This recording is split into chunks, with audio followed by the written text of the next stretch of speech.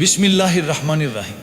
প্রিয় মুসলিম ভাই ও বোনেরা, আজ আমি আপনাদের এমন একটি কথা বলতে চাই যে কথাটি আমরা সবাই জানি, কিন্তু খুব কম মানুষই হৃদয় দিয়ে অনুভব করি। কথাটি হলো, একদিন আমাদের সবাইকে এই দুনিয়া ছেড়ে চলে যেতে হবে। হয়তো কথাটা শুনে আপনি বলবেন, এটা তো আমরা জানি। হ্যাঁ, জানি, কিন্তু আমরা কি সেই দিনের জন্য প্রস্তুত? আমরা ঘর বানানোর জন্য প্রস্তুতি নিই, বিয়ের জন্য প্রস্তুতি নিই, ব্যবসার জন্য প্রস্তুতি নিই, ভবিষ্যতের জন্য টাকা জমাই, সন্তানের ভবিষ্যৎ নিয়ে চিন্তা করি। কিন্তু যে ভবিষ্যৎ থেকে ফিরে আসার কোনো সুযোগ নেই, সেই ভবিষ্যতের জন্য আমরা কতটুকু প্রস্তুতি নিয়েছি? একদিন এমন একটা সময় আসবে, আপনার বিছানা থাকবে কিন্তু আপনি থাকবেন না, আপনার মোবাইল থাকবে কিন্তু আপনার হাতে থাকবে না, আপনার ঘর থাকবে, আপনার কাপড় থাকবে, আপনার জমানো টাকা থাকবে, আপনার প্রিয় মানুষগুলো থাকবে, শুধু আপনিই থাকবেন না। মানুষ তখন আপনার ছবি দেখবে। কেউ বলবে মানুষটা খুব ভালো ছিল, কেউ বলবে কালো তো কথা হলো, কেউ হয়তো আপনার জন্য কাঁদবে। কিন্তু কিছু সময় পর সবাই নিজেদের জীবনে ফিরে যাবে, আর আপনি চলে যাবেন এমন এক জগতে যেখানে সঙ্গে যাবে না আপনার টাকা, যাবে না আপনার পদমর্যাদা, যাবে না আপনার জনপ্রিয়তা, সঙ্গে যাবে শুধু আপনার আমল। ভাই, আজ যদি আপনার কাছে টাকা থাকে আপনি গর্ব করছেন, আজ যদি আপনার বাড়ি থাকে আপনি গর্ব করছেন, আজ যদি আপনার অনেক মানুষ আপনাকে চেনে আপনি খুশি হচ্ছেন, কিন্তু মৃত্যুর সময় এগুলোর কোনোটাই আপনার পরিচয় হবে না।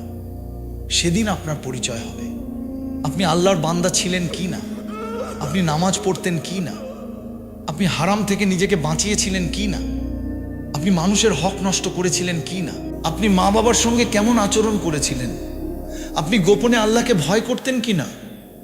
ভাই, আমরা মানুষকে দেখানোর জন্য কত কিছু করি, মানুষ যেন আমাদের ভালো ভাবে তার জন্য পোশাক বদলাই, মানুষ যেন আমাদের সফল ভাবে তার জন্য জীবন বদলাই, মানুষ যেন আমাদের সম্মান করে তার জন্য অনেক কিছু ত্যাগ করি। কিন্তু যে আল্লাহ আমাদের সৃষ্টি করেছেন তার সন্তুষ্টির জন্য আমরা কতটা বদলেছি? একবার নিজেকে প্রশ্ন করুন। আমি যদি আজ মারা যাই, আমি কি আল্লাহর সামনে দাঁড়ানোর জন্য প্রস্তুত? হয়তো আজকের রাতটাই আপনার শেষ রাত, হয়তো আগামী সকাল দেখার সুযোগ আপনার নেই, হয়তো এই যে আপনি এখন কথাগুলো শুনছেন এরপর আর কখনো কোনো ওয়াজ শোনার সুযোগ হবে না। তাই ভাই, গুনাহকে ছোট মনে করবেন না, এটা তো সামান্য গুনাহ। এই কথা বলতে বলতে মানুষ বড় গুনাহের দিকে চলে যায়।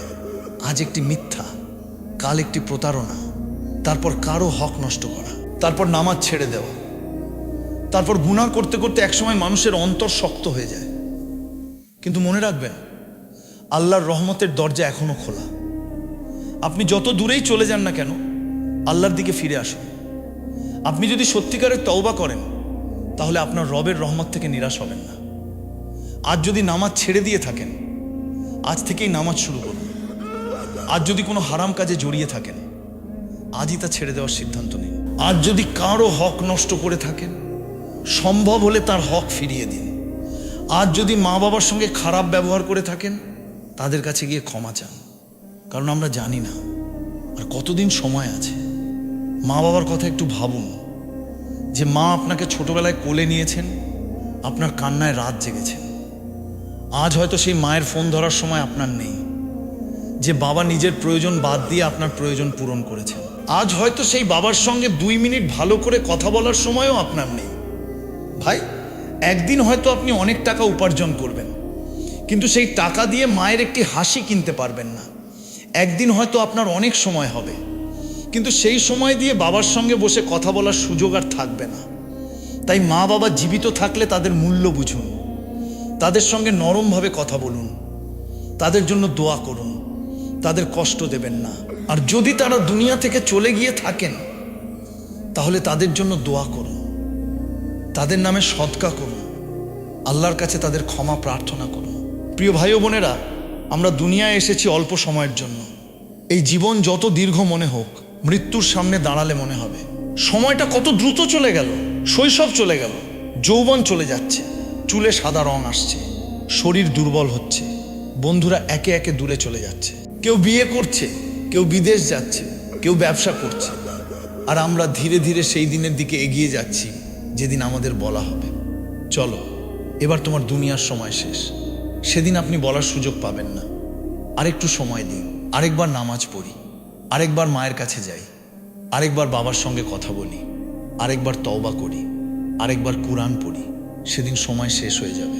তাই ভাই, সময় থাকতে ফিরে আসুন। আজকের কান্না যদি আপনাকে আল্লাহর কাছে ফিরিয়ে দেয়, এই কান্না আপনার জন্য নিয়ামত। আজকের অনুশোচনা যদি আপনাকে তওবার পথে নিয়ে যায়, এই অনুশোচনা আপনার জন্য রহমত। আজ থেকেই সিদ্ধান্ত নিন, আমি নামাজ ছাড়ব না, আমি হারাম থেকে বাঁচব, আমি মানুষের হক নষ্ট করব না, আমি মা বাবাকে কষ্ট দেব না, আমি গোপনে হলেও আল্লাহকে ভয় করব, আমি ভুল করলে আবার আল্লাহর কাছে ফিরে আসব। কারণ আমি জানি একদিন আমাকে একাই যেতে হবে, কেউ আমার সঙ্গে যাবে না।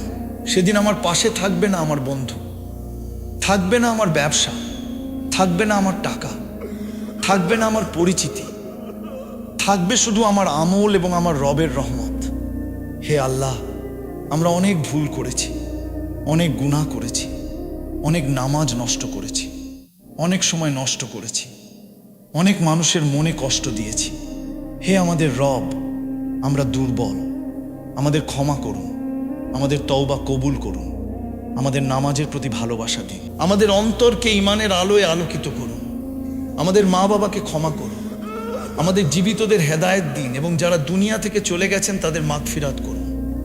আর যখন আমাদের মৃত্যুর সময় আসবে, ঈমানের সঙ্গে মৃত্যু দিন। হে আল্লাহ, আমাদের শেষ কথা যেন হয় লা ইলাহা ইল্লাল্লাহ। আমাদের কবরকে শান্তির স্থান বানিয়ে দিন। কিয়ামতের দিন আমাদের উপর রহম করুন এবং আপনার প্রিয় বান্দাদের সঙ্গে জান্নাতে আমাদের স্থান দিন। আমিন ইয়া রব্বাল আলামিন। মনে রাখবেন ভাই, দুনিয়া আমাদের স্থায়ী ঠিকানা নয়, আমরা সবাই পথিক, আর একদিন সবাইকে সেই পথের শেষ প্রান্তে পৌঁছাতে হবে। তাই দেরি হওয়ার আগেই আল্লাহর দিকে ফিরে আসুন, ফিলিস্তিনের কণ্ঠস্বর ছড়িয়ে দিন।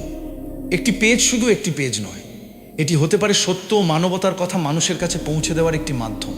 প্যালেস্টিন 24.com-এর সঙ্গে থাকুন। ফিলিস্তিনের মানুষের কষ্ট, মানবিক সংকট ও গুরুত্বপূর্ণ আপডেটগুলো জানতে আমাদের পেজটি ফলো করুন। ফিলিস্তিনের মানুষের জন্য দোয়া করুন, সত্য ও মানবতার কথা ছড়িয়ে দিতে পোস্টগুলো শেয়ার করুন। আপনার একটি শেয়ারও অন্য একজন মানুষের কাছে বার্তাটি পৌঁছে দিতে পারে। আজই ফলো করুন প্যালেস্টাইন 24.com।